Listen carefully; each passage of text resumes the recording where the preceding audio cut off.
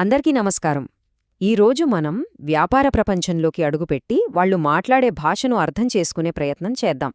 ఒక చిన్న coffee shop అయినా సరే, లేదా ఓ భారీ మల్టీనేషనల్ కంపెనీ అయినా సరే, అన్నీ ఒకే రకమైన ఆర్థిక భాషను వాడతాయి. మరి అదేంటో చూద్దామా? అవును, ఈ ప్రశ్నే మన ఈరోజు ప్రయాణానికి నాంది. ఒకదానితో ఒకటి అస్సలు సంబంధం లేనట్టు కనిపించే ఈ రెండు వ్యాపారాలు తమ డబ్బు వ్యవహారాలను ఒకే పద్ధతిలో ఎలా నిర్వహిస్తాయి? సమాధానం వింటే ఆశ్చర్యపోతారు. ఎందుకంటే అది కొన్ని చాలా సింపుల్ అకౌంటింగ్ సూత్రాల్లోనే దాగి ఉంది. ప్రతి గొప్ప కథ ఒక చిన్న అడుగుతోనే మొదలవుతుంది. అలాగే ఒక వ్యాపారం యొక్క ఆర్థిక కథలో ఆ మొదటి అడుగు ప్రతి చిన్న లావాదేవీని రికార్డ్ చేయడమే. వినడానికి చాలా సింపుల్గా అనిపించినా మొత్తం ఆర్థిక వ్యవస్థకు ఇదే పునాది.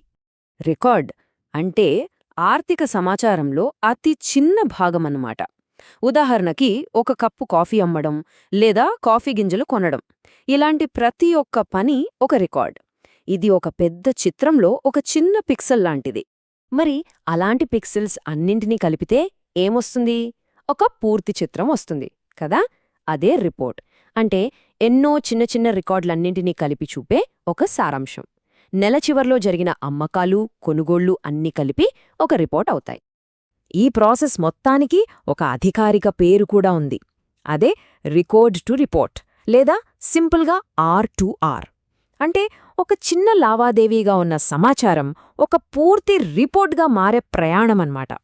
ముందుగా డేటాను సేకరిస్తారు, దాన్ని ప్రాసెస్ చేస్తారు, ఆ తర్వాత ఫైనల్గా రిపోర్ట్ రూపంలో అందిస్తారు. సరే, ఇప్పుడు మనం అకౌంటింగ్ మొత్తానికే గుండెలాంటి ఒక ముఖ్యమైన నియమం దగ్గరకొచ్చాం. సైన్స్లో మనం వింటాం కదా, ప్రతి చర్యకు ఒక ప్రతిచర్య ఉంటుందని. అలాగే ఆర్థిక ప్రపంచంలో కూడా ప్రతి లావాదేవీ కథకు రెండు వైపులుంటాయి. ఈ స్లైడ్లో ఉన్న వాక్యమే ఆ సూత్రానికి పునాది. దీన్నే మనం డబుల్ ఎంట్రీ సిస్టమ్ అని పిలుస్తాం. అంటే ప్రతి లావాదేవీలోనూ ఏదో ఒకటి లోపలికి వస్తుంది, ఏదో ఒకటి బయటకు వెళ్తుంది. లేదా ఒక అకౌంట్ విలువ పెరిగితే ఇంకో అకౌంట్ విలువ తగ్గుతుంది. దీన్ని ఒక త్రాసులాగా ఊహించుకోండి. ఎప్పుడూ సమంగా ఉండాలి. ఒకవైపు డెబిట్, ఇంకోవైపు క్రెడిట్. సింపుల్గా చెప్పాలంటే డెబిట్ అంటే కంపెనీలోకి ఏమొచ్చిందో చూపిస్తుంది. క్రెడిట్ అంటే ఆ వచ్చింది ఎక్కనుంచొచ్చిందో చూపిస్తుంది.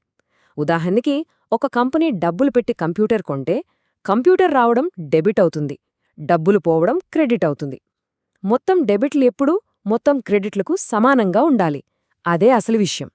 సరే, ఈ డబుల్ ఎంట్రీ సిస్టమ్ ఆచరణలో ఎలా పనిచేస్తుందో చూద్దాం.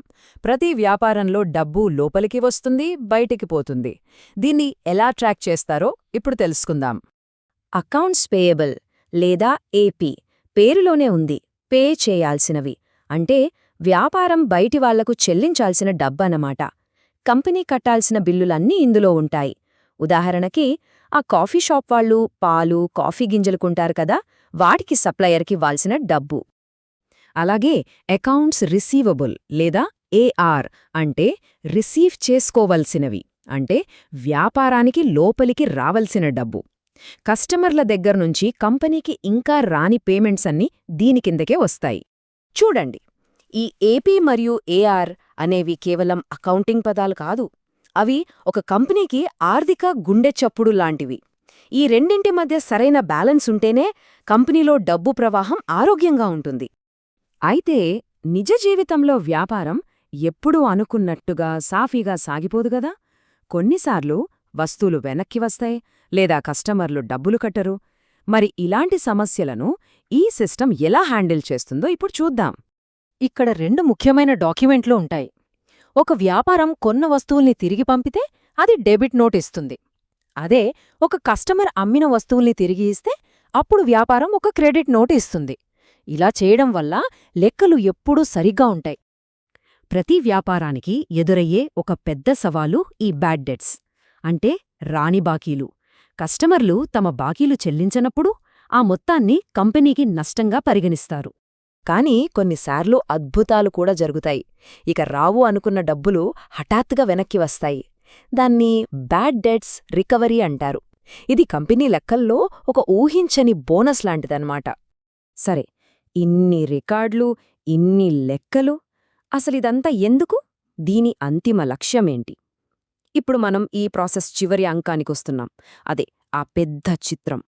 Financial statement. ఇది ఒక కంపెనీ ఆర్థిక ఆరోగ్య కథను చెప్పే ఒక ఫైనల్ రిపోర్ట్. ఇది కేవలం అంకెల గుట్ట కాదు. ఒక వ్యాపారం ఎలా నడుస్తోంది, దాని పరిస్థితి ఏంటి అని చెప్పే ఒక పవర్ఫుల్ స్టోరీ. ఈ ఫైనాన్షియల్ స్టేట్మెంట్లో ఒక కంపెనీ ఆర్థిక బలాన్ని చాలా స్పష్టంగా చూపిస్తాయి. ఇన్వెస్టర్లు, మేనేజర్లు, యజమానులు ఇలా అందరూ సరైన నిర్ణయాలు తీసుకోవడానికి ఇవే మార్గనిర్దేశం చేస్తాయి. సాధారణంగా మొత్తం అకౌంటింగ్ ప్రాసెస్ చివర్లో 3 ముఖ్యమైన రిపోర్ట్స్ వస్తాయి. ఒకటి బ్యాలెన్స్ షీట్. ఇది ఒక నిర్దిష్ట రోజున ఆస్తులు, అప్పులు ఎలా ఉన్నాయో చూపిస్తుంది. 2 ఇన్కమ్ స్టేట్మెంట్. ఇది లాభం వచ్చిందా, నష్టం వచ్చిందా అని చెప్తుంది. ఇక 3 క్యాష్ ఫ్లో స్టేట్మెంట్. ఇది డబ్బు ఎలా వస్తోంది, ఎలా పోతోందో వివరంగా చూపిస్తుంది. చూశారుగా, ఒక చిన్న అమ్మకమనే రికార్డ్తో మొదలై కంపెనీ మొత్తం పనితీరును చూపే ఒక పెద్ద రిపోర్ట్ వరకు ప్రయాణించాం.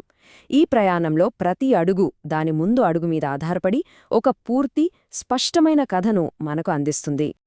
ఇప్పుడు మనకు ఈ వ్యాపార భాషకు సంబంధించిన బేసిక్స్ తెలిసాయి కదా. మరి ఒక అడుగు ముందుకు వేసి ఆలోచిద్దాం. ఈ అంకెలు, ఈ రిపోర్ట్లు, ఇవి ఒక కంపెనీ విజయం గురించి, దాని సవాళ్ల గురించి, దాని భవిష్యత్తు గురించి అసలు ఏం చెబుతాయి? దీని గురించి ఆలోచించండి.